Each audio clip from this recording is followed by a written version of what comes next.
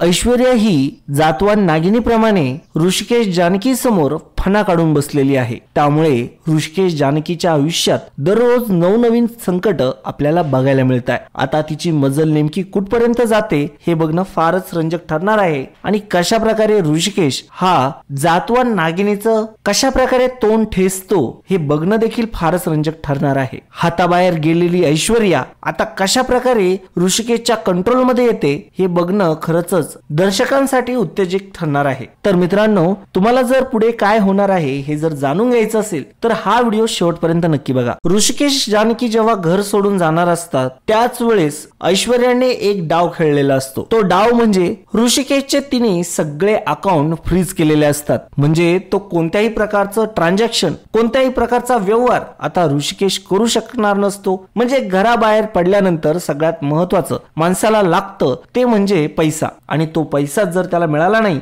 तर तो रस्त्यावर येईल या उद्देशाने आता ऐश्वर्याने त्याचे सर्व जे अकाउंट आहे ते फ्रीज करून घेतलेले असतात। अकाउंटंटचा त्याला फोन येतो आणि फोनवरती त्याला समजतं की त्याचे जे सगळे अकाउंट आहे ते आता फ्रीज झालेत। आता नेमकं पुढे करायचं काय हा प्रश्न त्याच्या पुढे उपस्थित राहतो। जानकी, ओवी हे सर्व त्याला विचारत असतात की काय झालंय नेमकं, तुम्ही इतके अपसेट का बरं आहात। तेव्हा ऋषिकेश जानकीला म्हणत असतो, जानकी जाऊ दे, जे व्हायचं नव्हतं ते सगळं झालंय आणि आता या रणदिवेंने आपले सर्व अकाउंट ब्लॉक केलेत। सर्वात महत्त्वाचं ऐश्वर्याचाच याच्यात मध्ये हात आहे हे नक्की, आणि ऐश्वर्याने माझे सगळे अकाउंट ब्लॉक केले, मला कंपनीतून बेदखल तर केलं, मला घराच्या प्रॉपर्टीतून सुद्धा बेदखल केलं, आता माझ्याकडे काही नाही, शून्य आहे मी, खरंच मला फार वाईट वाटतंय। तेव्हा जानकी म्हणत असते, अहो प्रॉपर्टीचं काय, पैशाचं काय ते आपण पुन्हा देखील कमवू शकू, परंतु तुम्ही विचार करू नका, हरून जाऊ नका, खचून जाऊ नका, कारण की आम्ही तुमच्या सोबत आहोत आणि आम्ही तुमच्या सोबत आहोत, आपण पुन्हा एकदा नव्याने हे सर्व मिळूया, असं आता जानकी खूपच प्रोत्साहनाने सांगत असते, त्याला उभारी देत असते।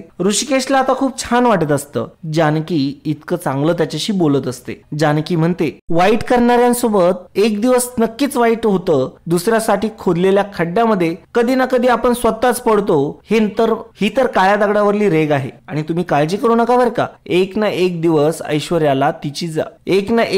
ऐश्वर्याला तिची जागा आपोआप कळणार आहे। आता इकडे दुसरीकडे ऐश्वर्याने सयाजीरावला फोन केलेला असतो। सयाजीरावला जेव्हा ती सगळं सांगत असते तेव्हा सयाजीराव वेगळ्याच दुनियेत असतात। सयाजीराव फारच खुश असतात। सयाजीरावांना असं वाटत असतं की आता बस, आता आपलंच सगळं काही, आता जी काही रणदिवेंची सुमित्रा एंटरप्राइजेस आहे ती आपणच ॲक्वायर करणार, आणि हीच मंजुषा ठेवून त्यांनी हे सर्व केलेलं असतं। ऐश्वर्याचा प्लॅन आणि सयाजीरावची तिला साथ याच गोष्टीमुळे आज ही ऋषिकेश रावांवरती वेळ आलेली असते। ऋषिकेश आणि जानकी आता घराच्या बाहेर जातात, कुठे राहायचं हा मोठा प्रश्न उपस्थित जेव्हा होतो तेव्हा मात्र त्यांचं हे बोलणं त्यांच्याच नोकराने म्हणजेच गुलाब दादांनी ऐकलेलं असतं। गुलाब जेव्हा हे सगळं त्यांचं बोलणं ऐकतो तेव्हा त्याला फार दया येते, त्याला फार वाईट वाटतं की आपल्या मालकांवरती आज ही वेळ आली। खरं तर त्यांना फसवण्यात आलंय, त्यांची काहीही चूक नसताना त्यांना या गोष्टींमध्ये अडकवलं गेलं आणि त्यांना घराच्या बाहेर काढून दिलं गेलं। आता या गोष्टीमध्ये तो स्वतःच्या जॉबची, स्वतःच्या नोकरीची, स्वतःच्या पोटपाण्याची चिंता न करता त्या दोघांना म्हणतो की तुम्ही आमच्या सोबत घरी चला, माझ्यासोबत चला, मी तुम्हाला आमच्या घरी नेतो। तेव्हा मात्र ऋषिकेश स्पष्टपणे नकार देतो। नकार त्याने दिलेला असतो तरी देखील तो म्हणत असतो की नाही, चला चला चला, परंतु ऋषिकेश काय ऐकायला तयारच नसतो। जानकीला आता तो विनंती करू लागतो। जानकी आता तो इतकी तळमळीने विनंती करतोय म्हटल्यावरती थोडंसं आता ऋषिकेशला फोर्स करते की ठीक आहे आपण जाऊया। तेव्हा मात्र आता ऋषिकेश कुठेतरी या गोष्टीसाठी थोडासा होकार दर्शवतो। आता मात्र ऋषिकेशला जानकीने थोडंसं सपोर्ट केलेलं असतं म्हणून ऋषिकेश या गोष्टीसाठी तयार झालेला असतो। जेव्हा ते घरी जातात तेव्हा मात्र त्यांची पुन्हा अवहेलना होते। गुलाबच्या बायकोने मात्र ऋषिकेशची आणि जानकीची अवहेलना केलेली असते, परंतु जानकी आणि ऋषिकेशला काही कळू नये म्हणून गुलाबनी सगळं काही सावरून घेतलेलं असतं। ऋषिकेशला आता दुःखच होत असतं। ऋषिकेश जरा दुःखामध्येच असतो, त्याच्यावरती झालेले प्रसंग त्याला सगळे आठवत असतात। कशा प्रकारे जानकीची अवहेलना केली गेली, कशा प्रकारे सुमित्रा त्याला आई तुझी मेली आजपासून असं बोललेली असते, हे सगळं त्याला काही आठवत असतं। त्याच्या मनाला फार यातना होत असतात, त्याचं मन अगदी छिन्न विछिन्न झालेलं असतं. ज्या कुटुंबासाठी त्याने जीवाचं रान केलं, ती कंपनी शून्यातून उभी केली, इतकं काही केलं, त्या कुटुंबाने आता अशा प्रकारे त्याला घराच्या बाहेर काढलं, याचं मात्र फार दुःख होत असतं. एका बाईमुळे, एका बाईवरती विश्वास ठेवला, परंतु या घरासाठी राबलेल्या माणसासाठी नाही विश्वास ठेवला, या गोष्टीचं त्याला फार वाईट वाटत असतं. स्वतः कुटुंबासाठी इतका झगडलेला असतो, इतका मेलेला असतो, इतके त्याने कष्ट घाम गाळलेला असतो, तरी देखील त्याची जाण न ठेवता फक्त नाना काय म्हणताय किंवा नानांचं विल काय आहे या गोष्टीच्या आधारे आता त्याला चुकीचं ठरवण्यात येत असतं.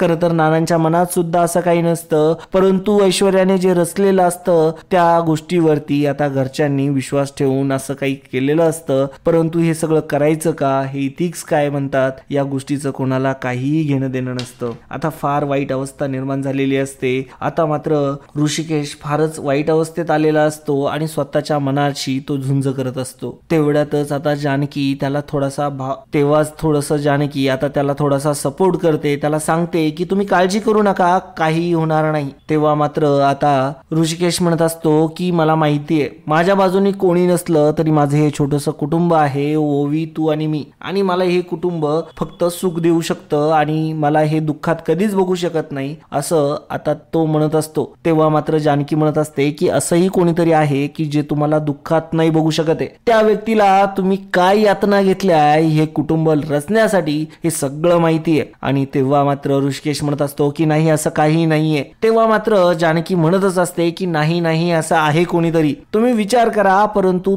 ऋषिकेश काय ऐकायला तयार नसतो. तेवढ्यातच ओवी आता त्याला म्हणते सौमित्र अंकल. तेव्हा सौमित्र आलेलं असतं. तेव्हा सौमित्र मात्र दरवाजात असतो आणि सौमित्राला बघून आता ऋषिकेशच्या मनामध्ये खूप सारं प्रेम एकवटून आलेलं असतं. आता मात्र त्याचे डोळे पाणवलेले असतात. सौमित्राला बघून त्याच्या मनामध्ये एक वीज चमकलेली असते. खरं म्हणजे इतक्या वाईट प्रसंगांनंतर त्याला पहिल्यांदा आता मनाला जरा शांती मिळालेली असते की निदान सौमित्र आपल्याला बघायला तर आला. आता या गोष्टीचा त्याला आनंद होत असतो. शेजारी अवंतिका पण आलेली असते आणि तिला सुद्धा यांना बघून आनंद होत असतो. ती सुद्धा खूप आशेने बघत असते. ही काय अवस्था झाली ऋषिकेश रावांची, आता हीच गोष्ट, ही काय अवस्था झाली ऋषिकेशची, आता या गोष्टीचा सौमित्र विचार करत असतो. त्याला फार वाईट वाटत असतं की या अवस्थेत घेऊन आले दादाला, आणि त्याला खूप राग येत असतो घरच्यांचा. परंतु काय करणार, घरी ऐश्वर्याने त्या जातवान नागिनीने विळखा मारलेला असतो आणि सुमित्राच्या डोक्यावरती मात्र तिने कब्जा केलेला असतो आणि ती ज्याप्रमाणे म्हणल त्याप्रमाणे आता सुमित्रा डौलायला लागलेली असते. अशा प्रकारच्या या जातवान नागिनीचा आता घरामध्ये प्रवेश झाल्यानंतर त्या घराचं कशा प्रकारे चांगलं होईल, हे कसं काय शक्य आहे हे आपल्याला चांगलंच माहिती आहे. परंतु आता या सगळ्यातून ऋषिकेश कसा मार्ग काढतो हे बघणं खरंच रंजक ठरणार आहे. खरं तर आता सौमित्र या दोघांना घेऊन जातो की नाही हे देखील बघणं फार रंजक ठरणार आहे. तर मित्रांनो,